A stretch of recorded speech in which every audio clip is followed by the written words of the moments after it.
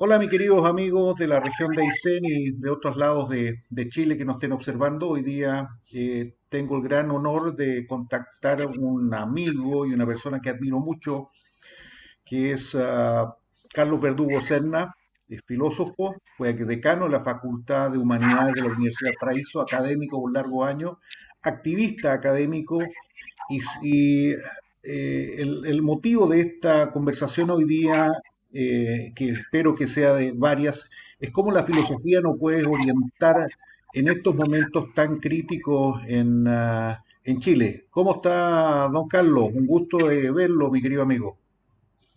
Igualmente, Jorge, como siempre, una gran alegría de verte y verte bien, como siempre, activo, inquieto y pensando como lo hacíamos antes, junto aquí en la Universidad de Valparaíso y cuando yo te visitaba en el campo Aysén de la Universidad de Valparaíso, tratando de hacer cosas importantes por los demás. En ese tiempo tú estabas dedicado a tratar de llevar una buena educación universitaria a Aysén, cosa que recientemente se ha podido cumplir.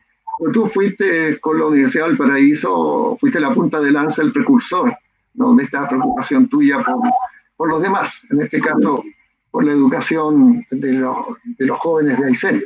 Así que me alegra retomar este contacto, aunque sea visual, por las condiciones que sabemos, no solamente la distancia, es difícil ir a verte por allá, y también por las circunstancias en que estamos. Así que el gusto de saludarte y conversar contigo, como siempre, para mí es estimulante Oye, así y que, aprendo mucho. claro, pues sí bueno, teníamos largas conversaciones porque yo estoy convencido que o somos zombies y nos instalan un programa mental el cual pasamos por la vida nomás como meros eventos biológicos nomás y funcionando en base a colectivos que nos dan un sentido de pertenencia, o por otro lado, más que sentido de pertenencia, también buscamos trascender o buscamos salir un poco de la Matrix, buscamos un poco de pensar por nosotros mismos y ver qué podemos aportar en nuestra familia, en nuestra sociedad, tratando de ser metacognitivos, de evaluar cómo pensamos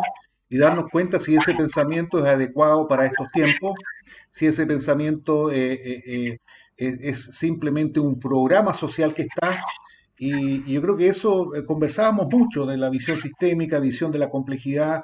A través tuyo aprendí mucho el método también popperiano, el cual sigue vigente más aún. Así que por eso para mí es muy importante tu visión popperiana, tu visión de experiencia de vida, tu visión también que sí, creo que tú estás con, no estás con, nunca nadie está con, pero sí te adhiere a alguna medida o has estado participando con Evópolis, ¿no? Sí, sí, recientemente, sí, Eh, por eh, espacio de 2 años. ¿Ya? Entonces, ¿cuál es la idea? ¿Cuál es tu visión de la sociedad? ¿Cuál es tu visión de lo que estamos viendo? ¿Cómo puede aportar la visión de un filósofo, ya? Un filósofo práctico, tal como existe, ¿no es cierto?, la investigación aplicada, ¿cómo existe lo que se llama la filosofía aplicada? Sí. Bueno, mira, una cosa que en esta conversación, si tú eh, las das a conocer a otras personas, yo podría solamente recordarte brevemente por qué me he dedicado a la filosofía y qué me ha aportado eso, no solamente como profesional, que me había permitido eh, ganarme la vida de una manera adecuada, pero más que nada contarte por qué el pensamiento filosófico me ha ayudado a mí a vivir como ser humano de una determinada manera en vez de otra, ¿no? Y en ese sentido yo te quisiera decir que para mí la filosofía ha sido, como ocurrió no solamente con los griegos hace 2500 años, esto también está en China, está en la India, lo que hace el filósofo es cuestionarse, ¿no? Hacerse preguntas, ¿no? Como yo he dicho en otras ocasiones en un evento internacional que me invitaron aquí en la Universidad de Santa María, mi amigo el doctor Luis Paredes hizo un evento internacional y ahí yo presenté algo relacionado con la filosofía y, y con lo que nosotros estamos conversando. Que para mí el hombre es un animal preguntón, ¿no?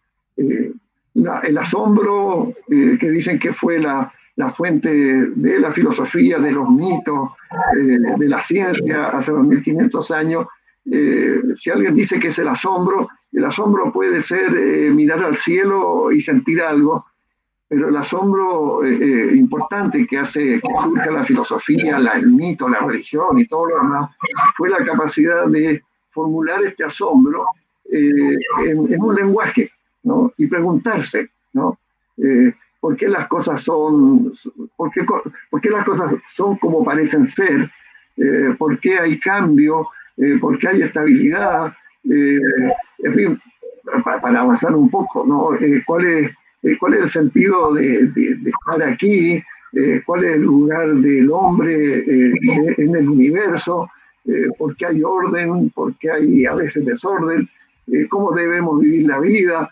En fin, el hombre se hace las primeras preguntas que se hacen han sido un poco sobre en qué consiste la realidad, ¿no?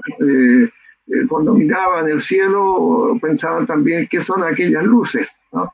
El hombre ha sido un animal preguntón siempre, entonces ha preguntado por la realidad física donde se mueve, ha preguntado por quién es el mismo, ha preguntado cómo debe vivir su vida en relación con los demás, y todas estas preguntas han sido las que han dado lugar a distintos tipos de respuestas que han venido desde el mito, desde la religión, desde la filosofía, y después posteriormente también, o junto con eso, desde la ciencia.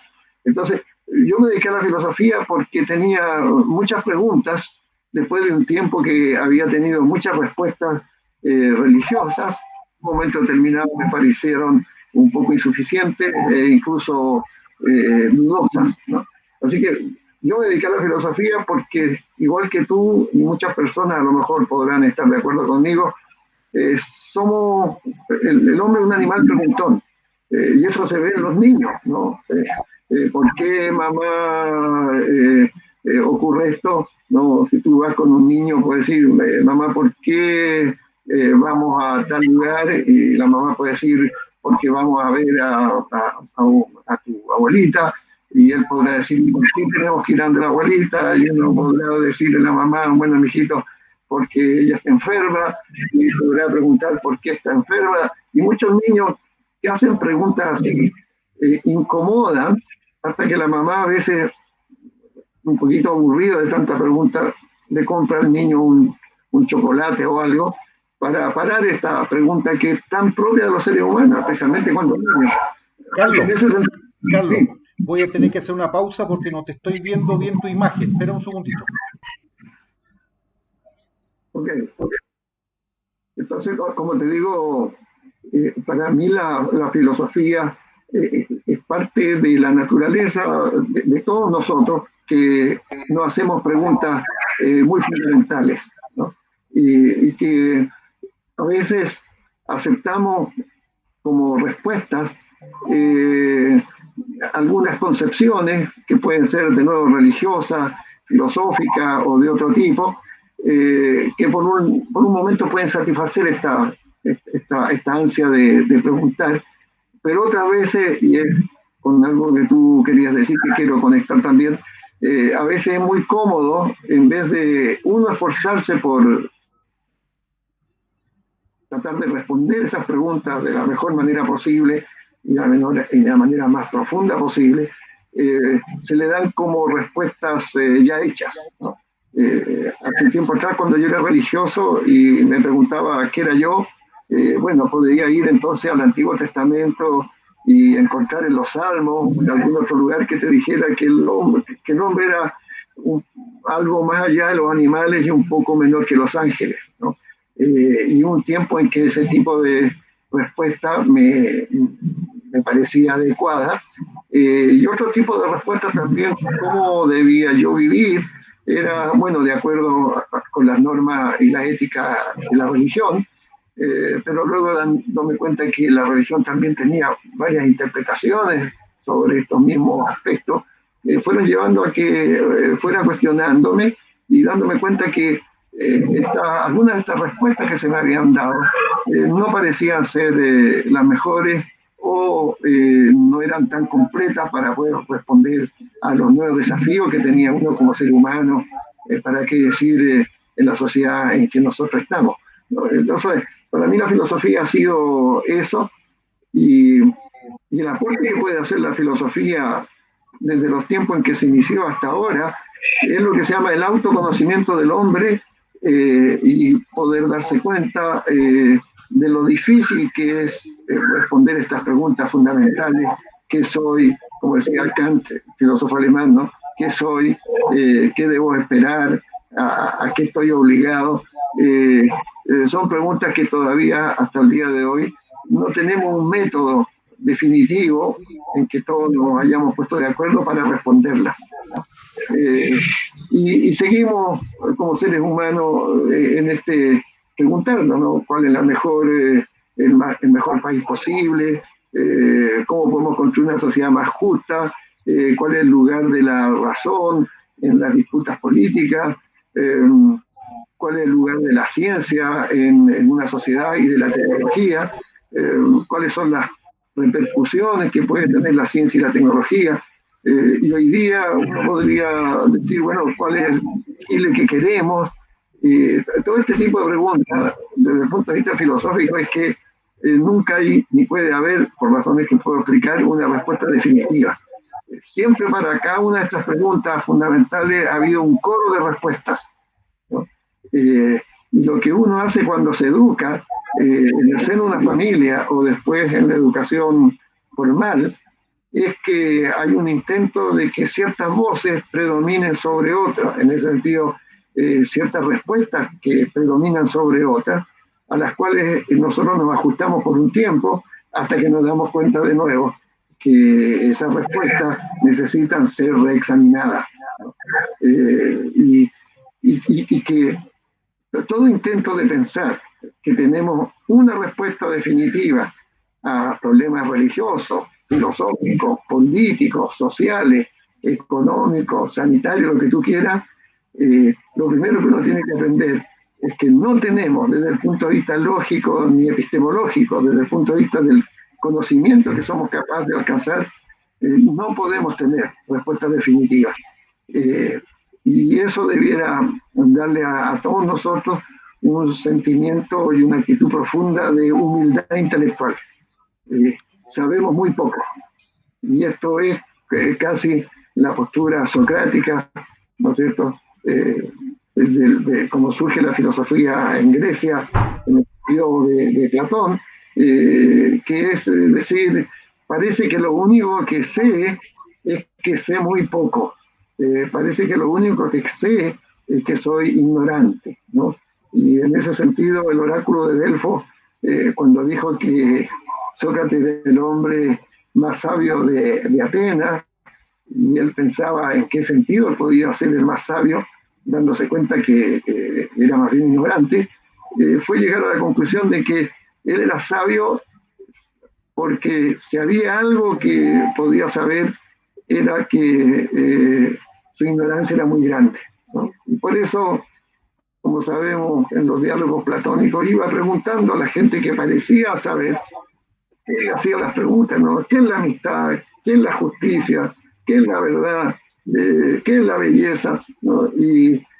Bueno, y murió en ese intento, ¿no? Las preguntas molestan a la gente, ¿no? Las personas a veces se sienten amenazadas cuando le ponen en cuestionamiento no solamente el lugar de donde sacan las respuestas, sino especialmente los supuestos que están a la base de esas respuestas, ¿no? Por decirte algunas cosas para este diálogo, ¿no? A ver, es súper, me llama la atención me resurgen ciertas cosas, porque a pesar de la tecnología, los avances, el crecimiento exponencial en el conocimiento, no en la verdad, en el conocimiento, ya seguimos, tenemos una carencia tremenda de diálogo, de esa búsqueda de esa verdad que nunca la vamos a encontrar, donde si hiciéramos las preguntas correctas, si donde los políticos, los líderes, en vez de estar imponiendo verdades o soluciones, fuéramos capaces, ¿no es cierto?, de hacer preguntas, entre todos preguntándonos, más que tratar, ¿no es cierto?, de debatir y destruir a la otra persona, que para mí es una destrucción social. O sea, hablan de democracia, pero la pregunta es que hemos aprendido mirando 2000 o 3000 años atrás, aquellos pensadores que se están haciendo las mismas preguntas que te haces tú hoy día, ¿o no? Sí, claro. Mira, yo cuando converso desde el punto de vista también político, cuando la gente dice que queremos una sociedad más justa, ¿no? Y uno dice, lo primero que dice, ¿en qué sentido de justicia, ¿no? ¿Cómo entiende usted el concepto de justicia? Entonces, lo que uno hace es decir, mira, los filósofos que se han dedicado con mayor cuidado, como John Rawls, el filósofo de Harvard, bueno, sacan en los años 70 un libro que se llama Una teoría de la justicia. Pero una vez que este filósofo escribe este libro en Harvard, otro filósofo que está con él, que se llama Robert Nozick, reacciona frente a eso y saca un libro que se llama Anarquía, Estado, Anarquía, Estado y Utopía. Y lo que hace es sabotear muchas de las respuestas y las posturas que ha adoptado Rawls y su definición de justicia y especialmente de igualdad, ¿no? Y recientemente tú tienes un filósofo también, pero más que nada economista, como Amartya Sen, que frente a eso, hace unos 10 años atrás por lo menos, saca un texto tan grueso como los anteriores que se llama, en vez de una teoría de la justicia, se llama Una idea de justicia, donde habla sobre estos dos autores anteriores y él propone algo similar, pero con otros matices. Para que ocurra eso, en la dirección que tú dices, es tú dialogas cuando te das cuenta que a través del diálogo tú puedes aprender de los demás. Un problema que tiene la gente que cree saberlo todo, especialmente, como dice el filósofo inglés, austriaco inglés, que tuve la suerte de estar con él en Inglaterra varias veces, ¿no?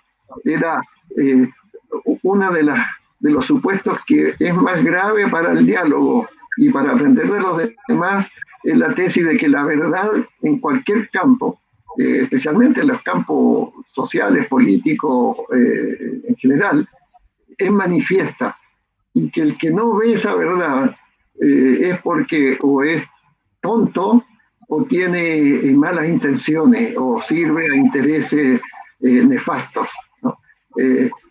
La tesis de que alguien llega a la verdad de manera final impide el diálogo, porque ahora lo que tú tienes que hacer es predicar y enseñar, ya no tienes que aprender.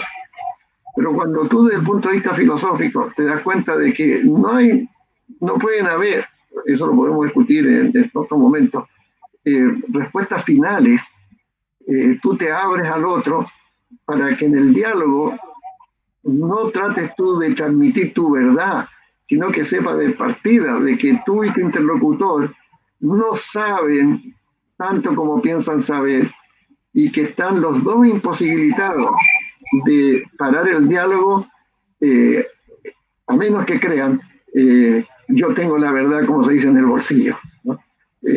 Cuando la gente se da cuenta que puede existir la verdad, pero no somos capaces de llegar a ella, entonces el diálogo es, yo aprendo con los demás. Y entonces la actitud, como dice Popper, ¿no? La actitud que hay que tomar en la vida para justamente tener una sociedad en paz, es que cuando tú quieras convencer a alguien, tienes que partir de la base de que tú también te abres a que el otro te convenza a ti. No hay manera de un diálogo fructífero cuando tú dices, yo lo único que quiero es convencer, pero a mí no me van a convencer. Y en ese sentido, Popper, en un ensayo muy interesante que se llama Utopía y Violencia, escrito en el año 1948, él dice que cuando hay discrepancia entre las personas, hay distintas maneras, por lo menos dos maneras de llegar a acuerdo o de decidir un desacuerdo. por la actitud de razonabilidad que consiste en decir, mire, es posible que yo esté en lo correcto, pero es posible que esté equivocado y usted esté en lo correcto. Y la otra persona dice, mire, es posible también que esté equivocado, pero a lo mejor es posible que usted esté en lo correcto. Entonces, ¿por qué no seguimos dialogando en vez de tratar de convencernos uno al otro y persistir en nuestra postura?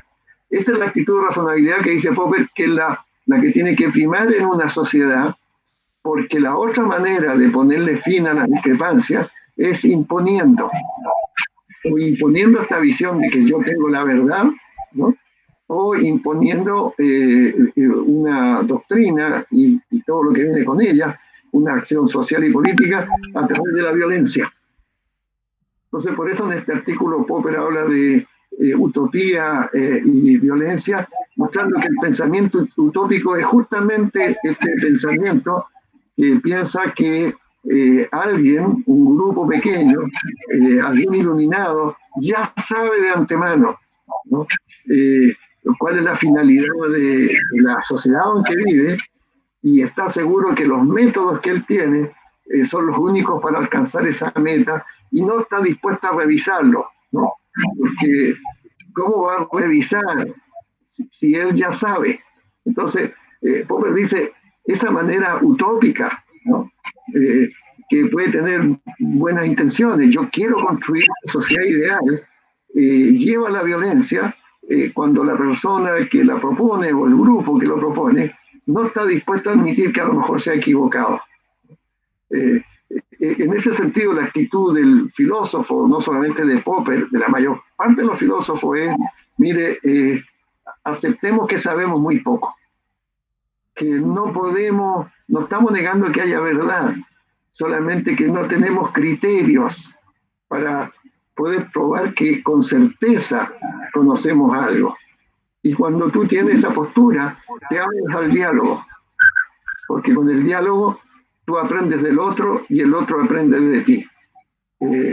Y ese ha sido, si uno lo ve en la historia, junto con la violencia, ¿no? La manera como hemos tratado de conseguir que nuestras ideas sobre el mundo y qué es lo mejor para el mundo y para la sociedad se hayan actualizado históricamente, ¿no? Entonces, para terminar esta parte, uno diría, ¿cómo se ven los problemas hoy día mundiales, nacionales, desde un punto de vista filosófico? Muy complejo. Y la primera regla del juego, si uno va a tratar de responder a esos problemas y las soluciones, es, mire, de partida, vamos a proponer soluciones, van a ser conjeturales, porque siempre podemos estar equivocados. Así que partamos de la base en que si el otro discrepa, no es porque sea tonto o tenga malas intenciones. Si está comprometido con el diálogo es porque no podemos convencernos, porque no hay manera de convencernos definitivamente sobre las cosas. Y ahí es cuando un filósofo dedicado, por ejemplo, como yo, como a la filosofía de la ciencia, uno va a la historia de la ciencia y ve teorías que estudiamos nosotros en física clásica, Newton, ¿no? Como hasta la teoría de Einstein en 1905 y luego en 1915, ¿no? Es capaz de mostrar que todo este sistema que se pensaba como único y total de la física clásica, que era inamovible, resulta ser inadecuado para cierto tipo de fenómenos físicos, especialmente, ¿no? Como sabemos, de cuerpos que se mueven a lo mejor a la velocidad o cercano a la velocidad de la luz, o nos metemos en realidades al interior de los átomos que no se comportan como las leyes de Newton. En fin, la historia de la ciencia lo que le muestra, y por eso me he dedicado a la filosofía de la ciencia, es cómo los científicos han creído teorías, incluso apoyadas por la experiencia, que han resultado ser falsas, y cómo las mejores teorías han resultado ser mejoradas y luego han tenido que dejar lugar a otras, como por ejemplo el caso de Newton con Einstein, ¿no? Y aunque los científicos nos digan, algunos de ellos parecen querer hacernos creer que hay una teoría final del todo, eso es, yo diría, una arrogancia increíble, porque desde el punto de vista lógico nadie puede hacer eso, y desde el punto de vista epistemológico tampoco, porque no hay conocimiento que no pueda ser siempre puesto en duda y mejorado, ¿no?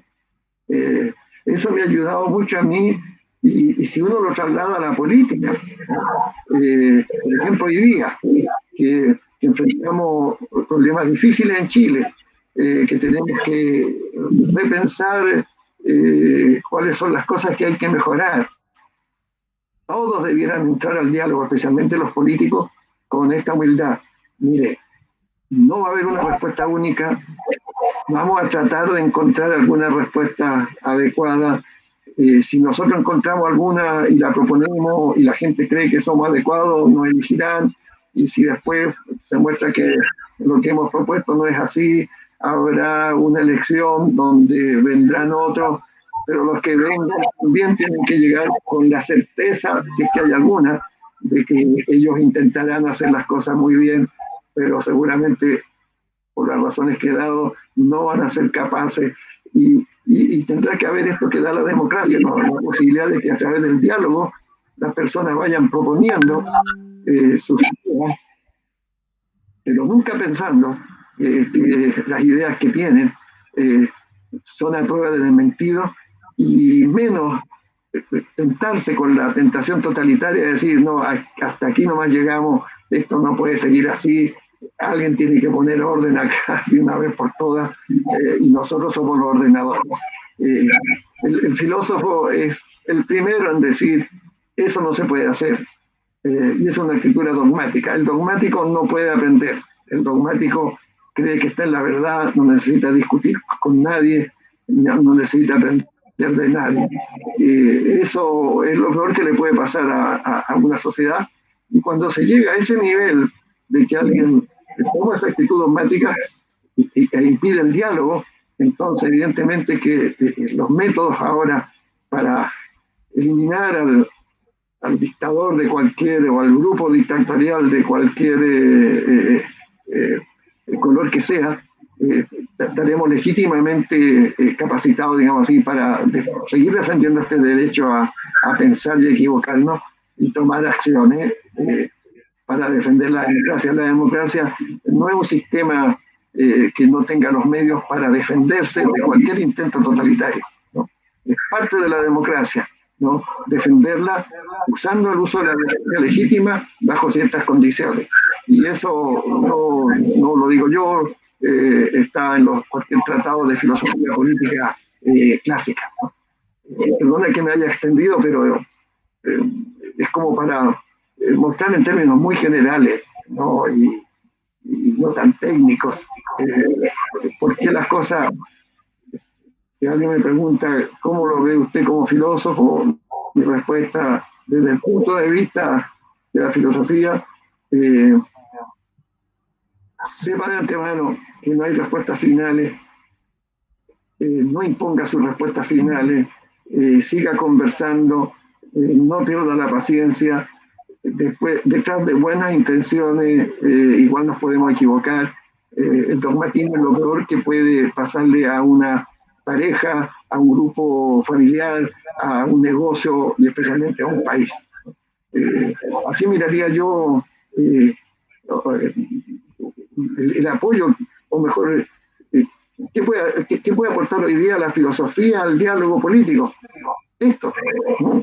Que desde el punto de vista epistemológico de cuánto sabemos, no sabemos lo que creemos saber, ni en la ciencia, ni menos en las discusiones de sentido común. Y lo que tenemos que hacer es siempre abrirnos al diálogo, y cuando se acaba el diálogo, especialmente en un sistema político, se acaba la democracia, y en vez de una pluralidad de legítimas ideas, se trata de imponer una sola con los resultados que sabemos históricamente han sido siempre muy inadecuados y han hecho sufrir a un montón de gente.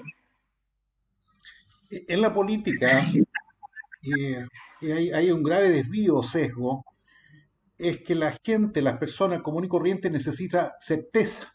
Entonces es poco popular que un político diga, no tengo claro esta situación. Entonces tiene que adjuntarse a una teoría que aunque no la tenga clara, necesita demostrarle, ¿no es cierto?, certeza. Y certeza es lo que menos tenemos, al menos en el plano filosófico, social, económico, sí podemos tener certeza en la física tradicional. Y a ello quiero ahondar un poquito más en el tema de esta certeza o estos mundos utópicos, pasando desde la extrema derecha, ¿no es cierto?, un capitalismo acendrado, de una economía libre, mercado que sabemos que no es libre, ¿ya? Al otro lado, al marxismo, a la extrema izquierda de un mundo utópico, todos iguales, ¿ya? La pregunta es, ¿por qué? Tomando en consideración primero que la gente necesita certeza. Dos, ¿por qué existe, qué aglomera a estos grupos, a las personas, a ser tan ciegos, a decir, nosotros tenemos la verdad y estamos dispuestos a luchar por ella aún con sangre o a deteriorar la gobernabilidad para imponer nuestra utopía? ¿Cuál es la fuerza impulsora o el driving force que yo veo, ¿no es cierto?, en estos fanatismos que usan los miedos por un lado y utilizan los odios por otro lado? Es una, me gustaría una visión también tuya al respecto de la certeza requerida, a pesar que uno político, yo pretendo ser político en alguna medida, pero la gente necesita certeza, tú sabiendo que no hay certeza al futuro. Y el otro, ¿no es Sí, cierto?, cómo se forman esos colectivos en donde, tal como existe la religión, que son colectivos, pasan a tener un pilar fundamental y sentido de vida al pertenecer y proteger ese colectivo. sí. No, como siempre pasa contigo, bueno, una excelente reflexión y una buena pregunta. Mira, yo a veces he pensado, después de todos estos años dedicados, como te digo, a la filosofía, que, bueno, se dice que la democracia, el sistema democrático está en crisis, pero eso uno lo puede leer en el libro de la década del 70 en adelante, que la democracia está en crisis. Si es un sistema donde el antagonismo de las ideas es algo natural, pero hay maneras para resolver esas discrepancias sin utilizar de nuevo la violencia. Y claro, y déjame, es muy buena tu pregunta porque eh, uno diría, ¿de dónde sacamos y por qué creemos que necesitamos certeza? ¿Qué le da a la gente eh, la sensación o la creencia de que algunas cosas que dice tienen certeza? ¿No?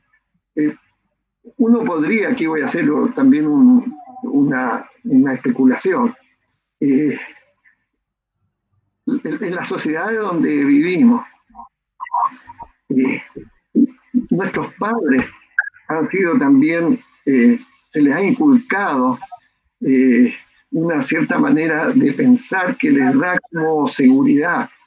Cuando tú tienes demasiadas dudas y preguntas, la gente tiende a sentirse insegura, ¿no? La autoridad, por ejemplo, que puede tener un padre en el hogar, se basa en la idea de que si lo dijo el papá o lo dijo la mamá, eh, eso es algo que no se puede discutir, ¿no? Es algo que hay que acatar. Y en ese sentido, eh, yo creo que eh, ya desde niño eh, se nos trata de mostrar que tenemos que seguir sin titubear lo que te dice tu madre o tu padre.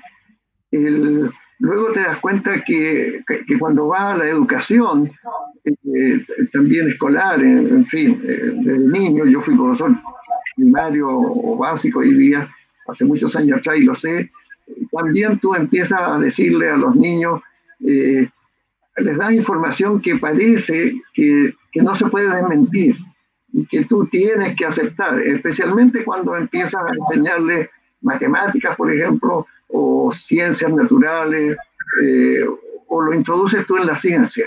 Allí de nuevo los profesores no nos han enseñado nunca, los que nos formaron a nosotros, a decirle a los estudiantes, mire, todas las cosas que ustedes van a aprender ahora no son definitivas, son solamente tentativas, son las mejores que tenemos hasta ahora, pero pueden haber cambios en estas ideas. Y enseñarle al niño que preguntar y dudar, ¿no? No es algo que debiera darle un sentido de inseguridad, sino que es la condición humana de esa manera. Lo que ocurre es que las personas se sienten incómodas, inseguras, de nuevo cuando no tienen verdades, porque necesitan respuestas. Entonces también allí, como ocurre en los lugares, en nuestra familia, casi siempre también hay una religión que predomina, ¿no? Y las personas toman esa religión como un conjunto, incluso a veces lo dicen, de dogmas, ¿no? Que dudar de ellos ya es algo que no puede darse. Tu fe, para que sea fe que valga la pena, y si es fe, no tiene que admitir la duda. Entonces, el padre te dice que no debe dudar de sus visiones ni de lo que dice. Luego la religión, que cualquiera que tú tengas, también parece dar respuesta que tú no puedes dudar, que ya dudar es un pecado o algo inadecuado. Luego te meten, como te digo, en el sistema escolar, donde te hacen aparecer de nuevo como si las matemáticas fueran también definitivas, cosa que un profesor de matemáticas después aprende que en realidad cuando tú le dices a un niño, mire los ángulos internos de un triángulo miden 180 grados, eso es solamente en un tipo de sistema geométrico que es euclidiano, de superficie donde hay dos solamente dimensiones, y que después hemos descubierto que hay geometrías donde los ángulos internos de un triángulo pueden medir más de 180 grados, ¿no? O menos de 180 grados. Y sin embargo, esos profesores que a veces salen hoy día de las universidades, cuando le van a enseñar matemática a los niños, lo que debieran decir es, mire, la matemática parece ser una ciencia formal que pareciera tener certeza, pero incluso aquí han habido grandes cambios, ¿no? No se nos enseña, parece que no debiera ser así, porque el profesor parece que quisiera tener autoridad. La autoridad se basa en yo sé, ¿no? No se puede cuestionar. Estamos siempre en sistemas que, por razones incluso de, si tú quieres, algunos dicen, mira, para tener paz en la casa, ¿no? No puede ser que dos personas, el papá y la mamá, no estén de acuerdo con algo, ¿no? Si no, el niño, se nos dice así, ¿no? Si no, el niño no sabe a quién creerle. Bueno, uno diría, no tiene que creerle a ninguno de los dos, definitivamente, pero sí los padres le pueden decir a los niños, mira, ¿sabes qué? Vamos a tener que aquí adoptar un acuerdo, y mientras que tú tengas las posibilidades de tener tu pensamiento independiente, esto es lo que hemos llegado a pensar que debe hacerse, y tienes que ajustarse. Cuando tú llegas a la universidad, tú fuiste alumno y profesor, ¿no? Llegamos también a sistemas educacionales donde el que hace preguntas a veces es mal visto por los profesores. Es como, es como poner en duda su autoridad intelectual, ¿no? Entonces, este deseo de tener conocimiento seguro es porque se nos ha enseñado desde chico a que equivocarse es algo que debemos evitar. Cuando debiéramos saber, y sabemos más tarde, que somos falibles, como diría Popper también, y esto se sabía desde los griegos, nos equivocamos. Siempre podemos estar abiertos a la equivocación. Lo importante es aprender de nuestros errores. Y entonces, cuando tú llevas esto al campo político, y esto tiene que ver con, porque yo pienso que hoy día en Chile y en otros lugares las democracias pueden estar en problemas de nuevo, es porque los políticos, ¿no? En vez de decirle a la gente, mire, sabe, acá, de nuevo, ¿no? como dirían los filósofos, nadie tiene la verdad en el bolsillo. Sé que usted tiene tan buenas intenciones como yo de mejorar ciertas lacras sociales y ciertos problemas. Usted tiene ciertas soluciones, yo tengo otras. Digámosle a la gente que ninguno de los dos es definitiva, y vamos a partir diciéndole a la gente que no pierda la confianza cuando las cosas no resultan como nosotros hemos dicho y hemos predicado.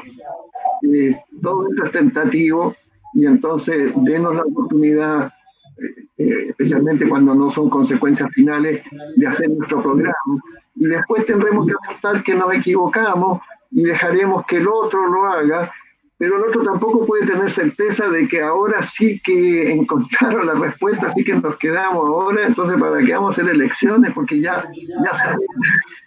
Los políticos han sido en esto, porque como dijo Weber, no andan buscando la verdad, no, Max Weber, sociólogo, ¿no? Los científicos, a lo mejor los filósofos, no buscan la verdad, los políticos más bien el poder.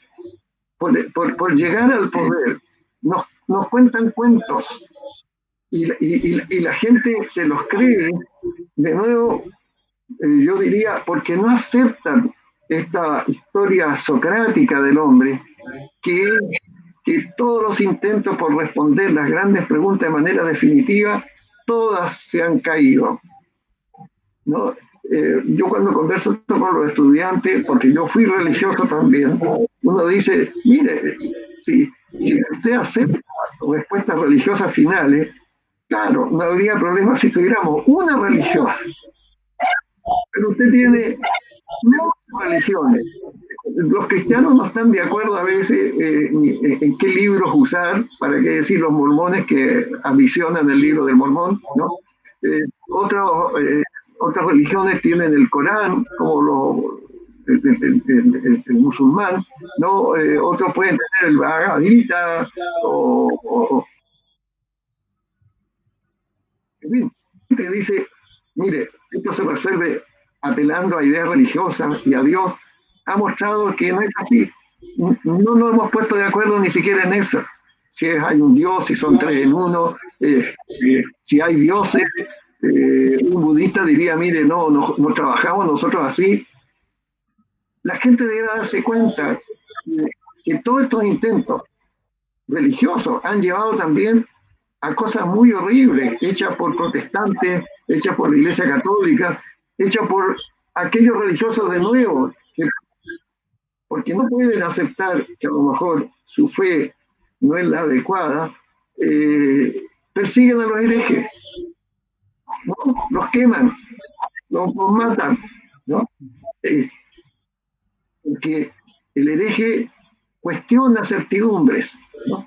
Cuando uno se hablaba de eso en la política, uno dice, bueno, ¿qué pasó durante el periodo stalinista en la Unión Soviética, ¿no?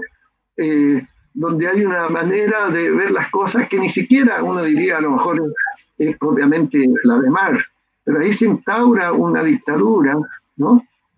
Donde el líder, Stalin, mata a él, y esto no lo digo yo, pueden leer ustedes un libro, La historia del siglo XX, de Erich Hobsbawm, un gran historiador marxista. Él mata, por lo menos directamente se dice, 20 millones de comunistas, él que es un comunista, ¿no? ¿Y por qué se cae ese régimen? Como Popper también lo había predicho, porque es una sociedad cerrada que no permite la crítica, partidos únicos, visiones únicas, el mismo daño que hace un sistema religioso, tratando de decir que estas son verdades y el que no la cree hay que perseguirlo, lo ves tú en los sistemas políticos, especialmente marxistas, ¿no? Con las mismas buenas intenciones. Aquí al otro lado, tú sabes, y perdonen los que sean católicos, pero esto no lo digo yo, está en la historia, a veces se quemaba el hereje para que, quemándolo, el tipo pudiera purgar su pecado, arrepentirse y no quemarse después eternamente en el infierno. Entonces era como decirle, mira, te vamos a quemar con buenas intenciones. Pero ¿cómo es posible que alguien haya pensado eso? Porque tenía ese sistema religioso. Un testigo de Jehová jamás hubiera hecho eso, primero porque no creen que hay un infierno. Entonces, uno dice, depende de las ideas que tiene, las cosas que tú haces, claro. Pero en todo caso, los fanatismos religiosos y los fanatismos políticos están basados sobre este mismo fundamento que todos los popperianos y los filósofos dirían, no hay fundamentos seguros a desmentidos, certezas últimas. Sáquese eso de la cabeza porque, como decía Bertrand Russell y el mismo Popper, la base de los sistemas totalitarios y de todos los sistemas, digamos así, políticamente dogmáticos, están basados sobre la ilusión de que alguien tiene la verdad manifiesta, ¿no? Y que ahora de nuevo tiene que predicar. Y los que la escuchan no la creen, son tontos o tienen malas intenciones.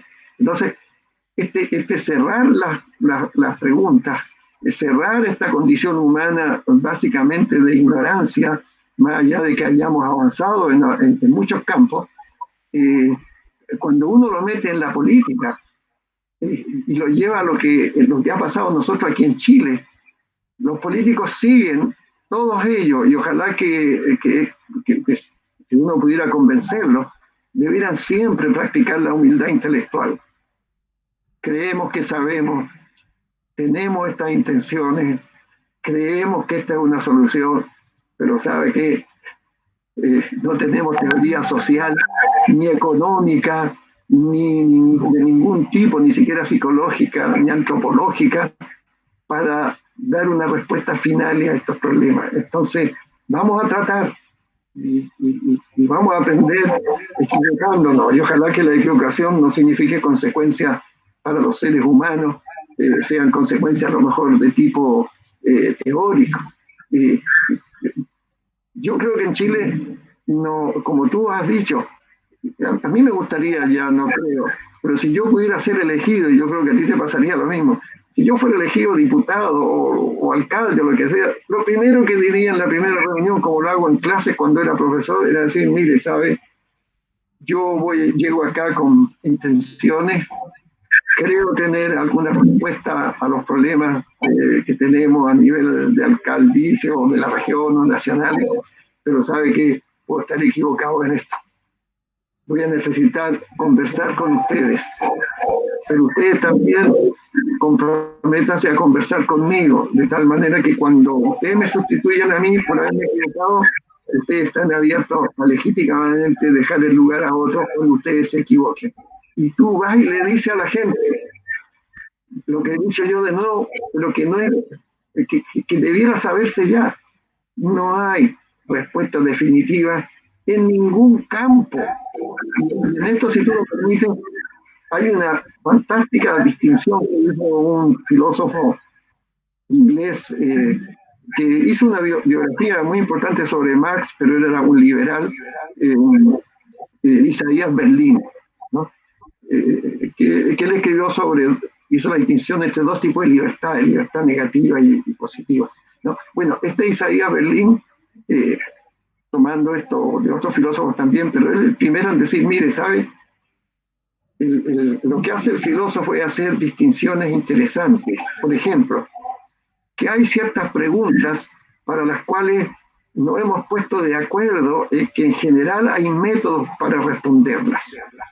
Y hay otras preguntas que nunca hemos tratado de responder, nunca nos hemos puesto de acuerdo en un método universal para responderlas. Mire, aquí en el lado de las que usted puede responder, y la gente normalmente está de acuerdo, están las preguntas del tipo, ¿hay queso en el refrigerador? ¿Cómo se responde esa pregunta? La gente va y abre el refrigerador. Aquí y en la quebrada del ají. Si alguien hace una pregunta química, ¿es este líquido un ácido? Uno toma un papel tornasol, todavía se puede hacer, y si cambia de color es un ácido, aquí y en cualquier lugar, ¿no? Y si uno está diciendo, está haciendo ese tipo de preguntas, que lo único que requieren es, para ser respondidas más o menos adecuadamente, es usar la observación, ¿no? No tanto el experimento, la observación cuidadosa en la ciencia, pero como te digo, si alguien dice, oye, está lloviendo en Aysén, es una pregunta que nosotros sabemos cómo responderla ya, ¿no? Miramos, salimos a mirar, ¿no? Y si alguien dice que se ha desbordado, ¿qué río se puede desbordar ahí? Río Aysén. El río Aysén se desbordó, ¿no? Y entró 1 kilómetro en los campos. Uno diría, sí, incluso si uno diría, ¿y quién dice eso? Y uno diría, mire, lo dijo no sé, una autoridad. Uno diría, no, vamos a ir a ver, a lo mejor una exageración. Y hay manera de zanjar sin problema, ¿no? Entonces, hay preguntas que se llaman empíricas, que hablan sobre el mundo y se responden observando el mundo.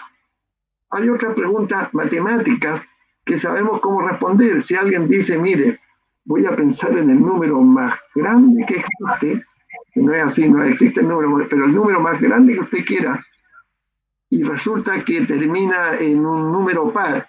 ¿Es par el número? Uno inmediatamente dice, sí, tiene que ser par, porque todo número par es aquel que es divisible por 2, que no deja residuos, ¿no? Así que todos los números que terminan en 0 o en par son pares. Y alguien le puede decir, oye, si ni siquiera usted ha dicho el número ni lo ha escrito. No necesito, por definición, de número par. Y si usted me dice que si hay casados que sean solteros, usted dice no, porque el casado es justamente la persona que no es soltera. Entonces, todos los solteros son no casados y todos los casados no son solteros, ¿no? Y entonces uno puede mostrar que en las matemáticas, si uno pregunta cuántos lados tiene un triángulo en general, por ejemplo, un triángulo no euclidiano, uno dice 3 lados. Nadie puede decir, no, yo voy a buscar un triángulo de 4 lados. Uno dice, no, pero ese no es un triángulo, es un cuadrado. ¿No? Entonces, allí también en las matemáticas, a pesar de problemas que ha habido en los fundamentos, también sabemos cómo responder. Pero ahora nos vamos al otro lado y vienen las siguientes preguntas.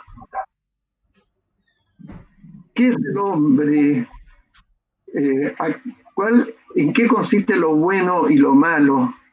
¿Qué es el bien? ¿Qué es la justicia? ¿Qué es la libertad? ¿Qué es la igualdad? ¿Qué es más importante, la libertad por sobre la igualdad o la igualdad por sobre la libertad? ¿A qué estamos obligados? ¿No? ¿Es el aborto moralmente aceptable? ¿Es la eutanasia moralmente aceptable? Y ese tipo de preguntas, y allí uno se da cuenta que no hay un método generalmente aceptado. Sabemos que algunas religiones han propuesto respuestas, pero nos damos cuenta que ahí no se han puesto de acuerdo en el método, porque si fueran los textos religiosos, tienen distintos, ¿no? Así que esa pregunta desde la religión tampoco se han puesto de acuerdo en un método único. Y menos los filósofos. Y entonces ese tipo de preguntas, Isaac Berlín dice, estas son las preguntas típicamente filosóficas, normativas. No sabemos cómo responderle en principio. Y las respuestas que se dan nunca han convencido a los demás que son las definitivas. Y por eso, que todas estas preguntas que nota que son las preguntas que se hacen en la discusión política, no sabemos cómo responderlas en el sentido de que tenemos que estar abiertos a que hay distintos modos de responderlas. Y sin embargo, en este tipo de preguntas, las respuestas tienden a ser más fanáticas. La gente aquí parece que supiera y luchan y se enojan cuando alguien está en desacuerdo con su idea de justicia o de igualdad. O que... El filósofo dice, señor, solamente cuando tenemos ocasiones podemos responder las preguntas empíricas, prácticas sobre cómo es la realidad, preguntas de tipo matemático y formales. Fuera de eso, señor, va a encontrar un campo donde, y aquí ya hay algunos problemas, aquí los problemas se multiplican.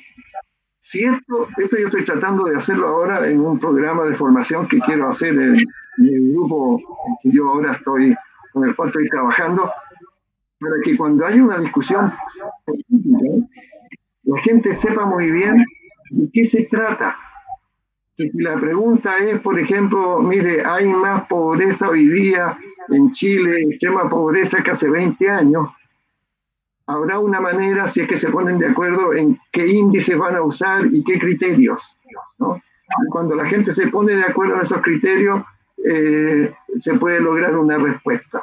Y todos estarán de acuerdo que hoy día los gobiernos, tanto de la concertación como los gobiernos que no hayan sido así, o de centro o de derecha, sí han logrado bajar eso. Y si alguien dice que en Chile en este momento hay que alimentar a 30 millones de personas, alguien dirá, ¿de dónde sacó usted que hay 30 millones?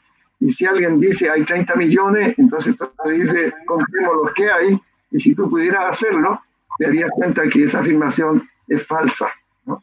Y, en fin, entonces, los políticos tienen que, lo hacen a veces, pero no tan a menudo, y la gente que juzga a los políticos debería saber, hay ciertas afirmaciones para las cuales se necesita evidencia empírica, el dato, ¿no?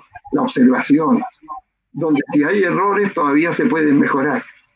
Pero todas las otras preguntas, todas las otras, ¿cuál es el mejor tipo de sociedad? ¿Cuál es el mejor tipo de democracia? ¿Cuál es el mejor tipo de constitución?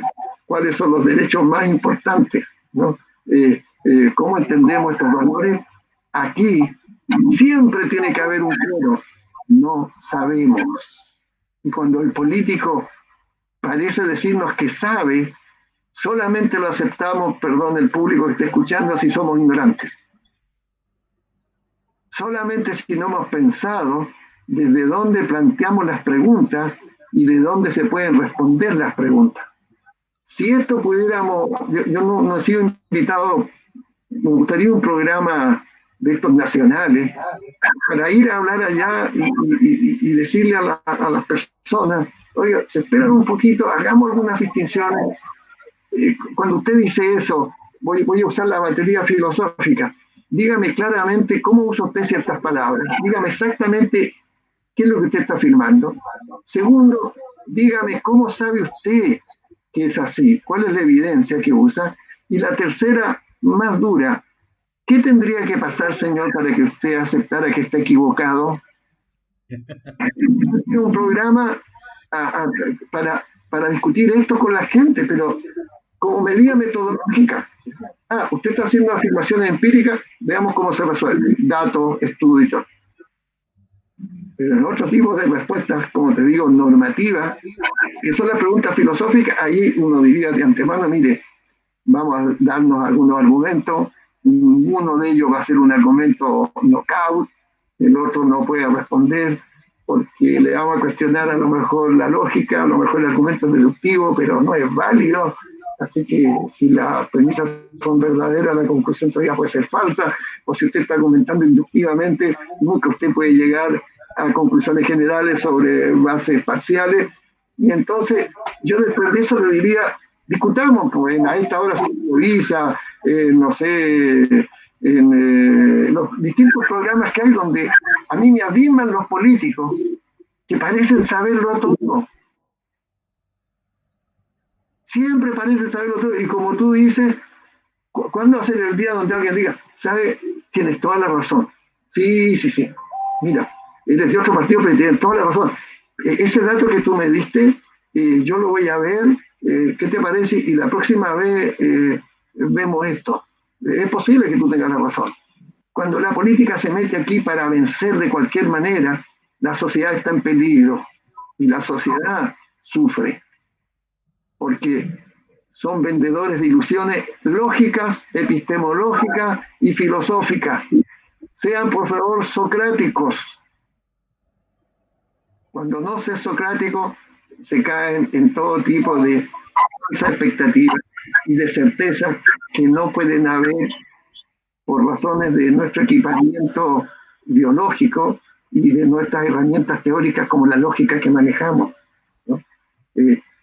Entonces, esto es lo que yo diría, si alguien pudiera escuchar esto, ¿no? Lo propongo también para la discusión.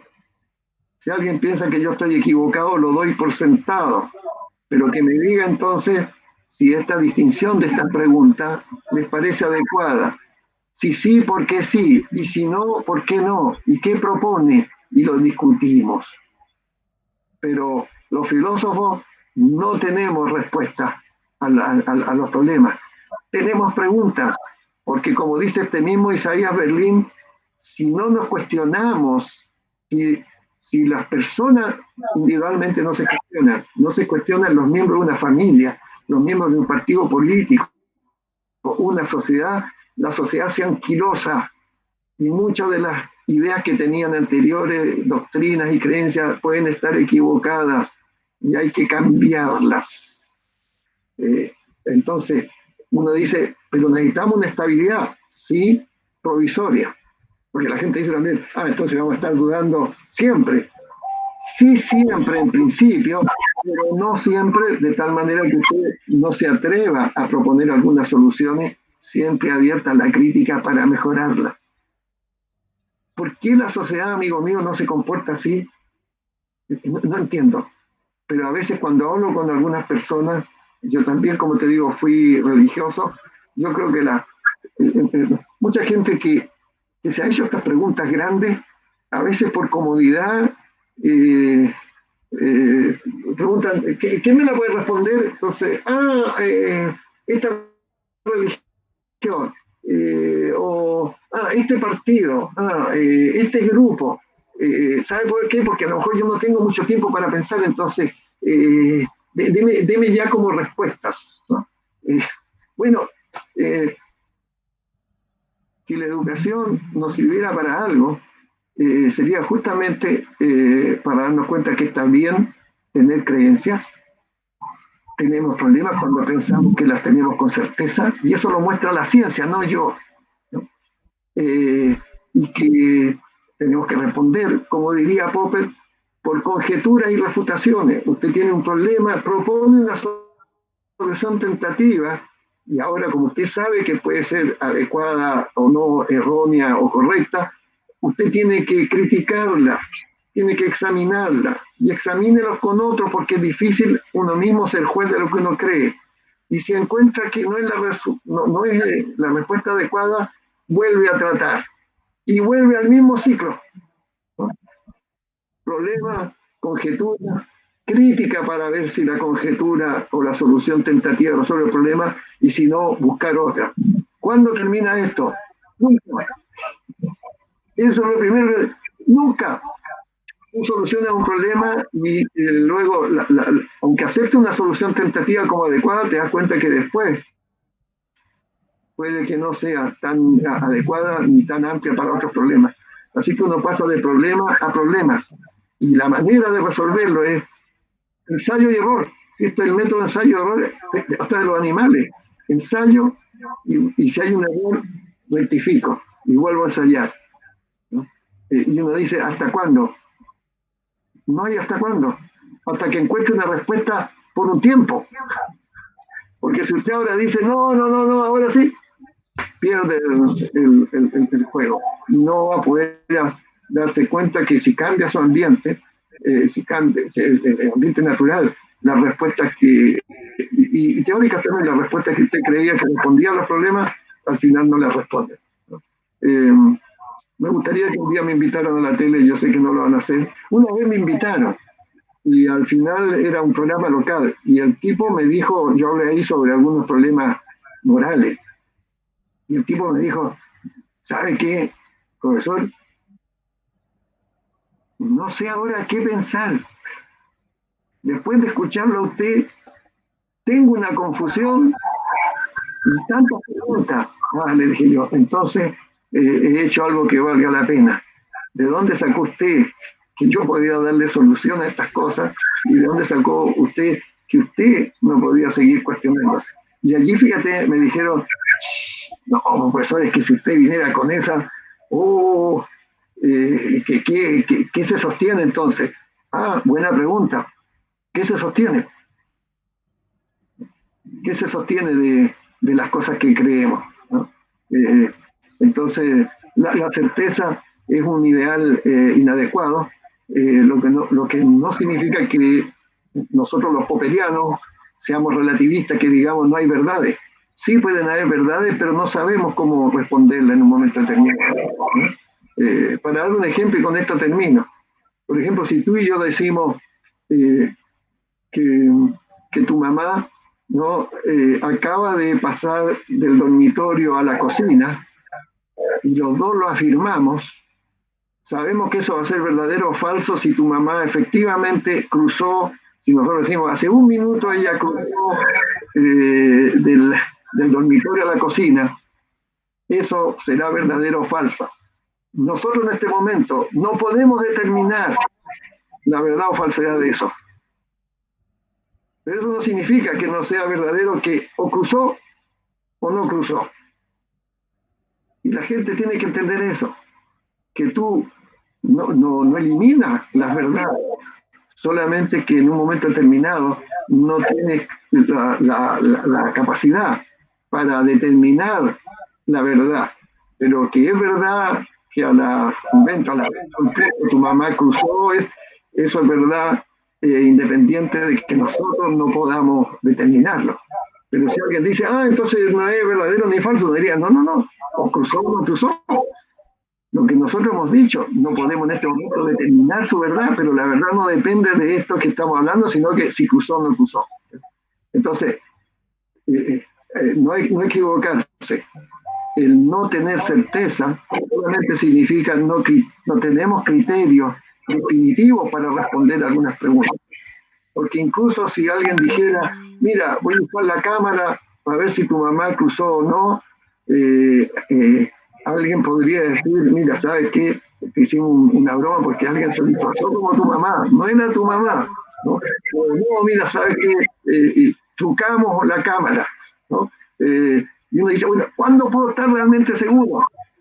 No sé, a lo mejor las leyes físicas dejaron de actuar y las cámaras ahora se transforman de otra manera, qué sé yo.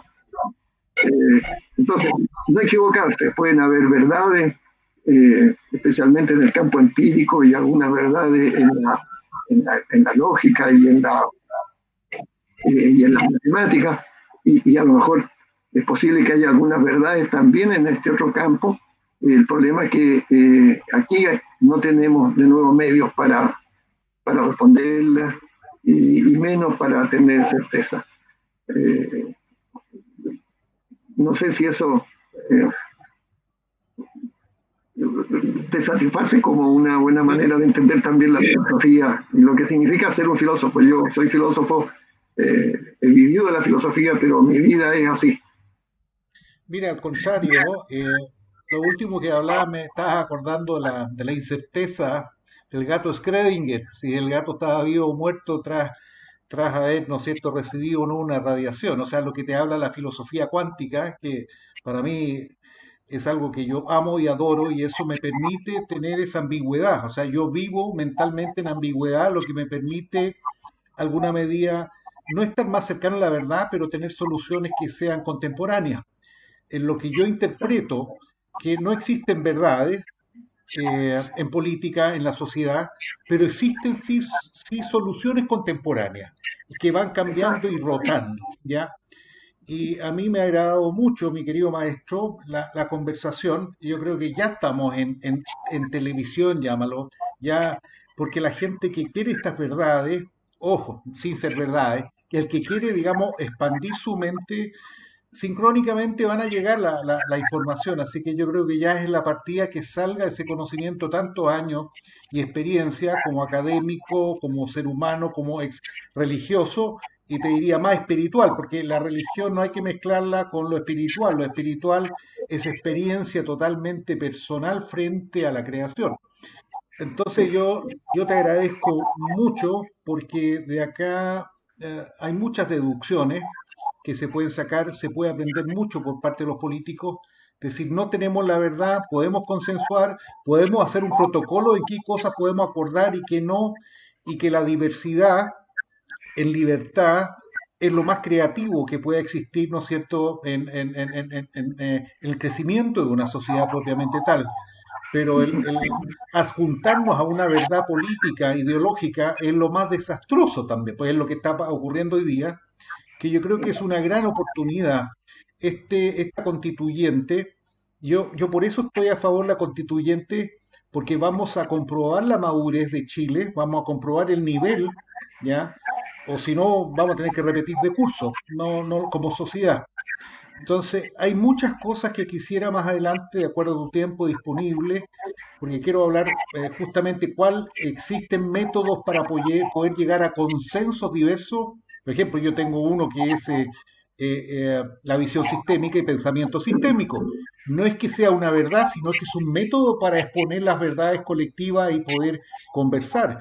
O existirán otros métodos para tomar decisiones, porque para mí es muy relevante, y toco madera o vidrio, que, que si el destino, las capacidades y la comunidad de la región vota por mí para gobernador regional, yo me encantaría estar rodeado de filósofos y que vengan acá a entrenar a la gente, al Consejo Regional, a pensar distinto, a los funcionarios a pensar distinto, porque el pensar distinto genera pensamientos e ideas. Al generar ideas distintas, se toman decisiones distintas y al tomar decisiones distintas hay resultados e impactos sociales tangibles. Entonces, eso para mí, eso sí resulta una verdad. Cambia tu mente y cambiarás tu forma de ver la vida y la forma de interactuar con los demás. Es Mira, una lógica para mí irredarguible, digamos, si tú avanzas. mira, sí, mira, si yo pudiera estar allá, por supuesto que te apoyaría, y lo digo después de todos estos comentarios que he hecho filosóficos. Yo ya te apoyaría a ti, y le pediría a la gente que te apoyara, porque hay dos condiciones que son para mí muy importantes para un político, ¿no? Primero, diría yo tres, ¿no? Un genuino interés en preocuparse del bienestar de los demás y no solamente de uno mismo, ¿no? La preocupación por mejorar tu comunidad, ¿no? Segundo, poder mostrar que tu vida profesional, la vida que te conocen tus vecinos, es de un hombre de principios, donde se puede equivocar, pero la persona es honrada, es confiable. Y tercero, que tenga esta actitud de puedo aprender, no voy a vender soluciones finales, pero me voy a esforzar con otros para encontrar las mejores que temporalmente resulten adecuadas. Para mí, tu apertura de, de, de, de político, de llegar a ser un gobernador que crea en el diálogo, que llegue con esta idea, tengo que aprender de los demás, no voy a imponer mis ideas, voy a promover el diálogo, voy a aceptar sin vergüenza, y lo diré del comienzo que me puedo equivocar. Eh, Eso ya sería para la región de Aysén un gran avance. Si yo pudiera a los que me escuchan convencer yo diría, voten por Jorge, porque no es dogmático, porque quiere aprender, porque no va a vender ilusiones, porque va a decir, me equivoqué, pues estas fueron las razones, vamos a tratar otra solución. Sí, esta apertura tuya es para mí fundamental. La gente ha perdido la fe en la democracia porque le han dicho que saben cómo resolver los problemas, resuelven, y la gente se desilusiona, ¿no? Se desilusiona de las mentiras y se desilusiona de la falsa esperanza. Así que, bueno, seguiremos conversando. Tengo otras cosas que decirte también en el campo político, pero me gustaría tocar otros temas en el aspecto también de la epistemología. ¿Qué significa eso en filosofía para la discusión racional? La ética, cómo juega aquí también un papel en la práctica política, ¿no? Pero también el papel de la ciencia y la tecnología en las capacidades para resolver problemas que también son limitadas. Así que, bueno, por ahora esta será una primera conversación y bueno, si hay gente que lo escucha, está bien. Si solamente este fuera un diálogo contigo, me ha pasado el tiempo, he sentido que vale la pena seguir pensando y poder dialogar contigo, porque yo sé que tú aprecias esta visión filosófica que no es fácil, ¿no? De cuestionarse. Y déjame terminar con lo siguiente, que mi mujer me ha prometido, y si no la hace ella, la hará alguno de mis hijos, ¿no? Yo he dicho que el día que yo me muera, como no soy creyente, en el cajón no va a haber ninguna imagen religiosa, sino que alguien tiene que pintar un signo de interrogación grande, que signifique, así llegué al mundo, ¿de qué se trata esto? Y me voy de nuevo, ¿qué va a pasar ahora? ¿No? Llego con preguntas y me voy con preguntas, ¿no? Y espero que cumpla. Mi mujer a veces dice, pero Carlos, ¿cómo lo va a hacer? Tiene que hacerlo o alguien lo hará. Y cuando alguien pregunte de nuevo, ¿por qué está ese signo de pregunta? Podrán decir, porque Carlos Verdugo nació así, vivió así y se fue así. Porque el hombre, como decía Carlos Verdugo, es un animal preguntón. No es solamente el hombre como sapiens, como ludis, como homo económicos, ni como homo faber. Lo característico es que el hombre es un animal preguntón. Así se iniciaron todos los esfuerzos teóricos de la antigüedad y seguimos preguntándonos. Y el juego nunca va a acabar. Y el que diga que acaba porque hay la última pregunta, yo diría se engaña a sí mismo. ¿Te parece que esta es una buena conclusión? No, genial, así que espero yo pintártela. ¿Ah? Si no, Ah, pero en 20 años más, pero en 20 años más. Ya, sí, hay para rato nomás, mi querido amigo, para conversar. Voy a despedir este programa y continuamos conversando informalmente, ¿ya? Así que ok. alguna palabra antes de cortar el video, ¿Qué me dices tú? alguna palabra final antes de cortar el video y continuar conversando ex No, post. solamente gracias por compartir la humanidad, que según filósofos, especialmente como Popper, consiste en esto, en darnos cuenta de nuestra humanidad falible y la necesidad del otro para aprender y crecer. Eh, con esa idea yo me iría por ahora. Ok, mi querido amigo.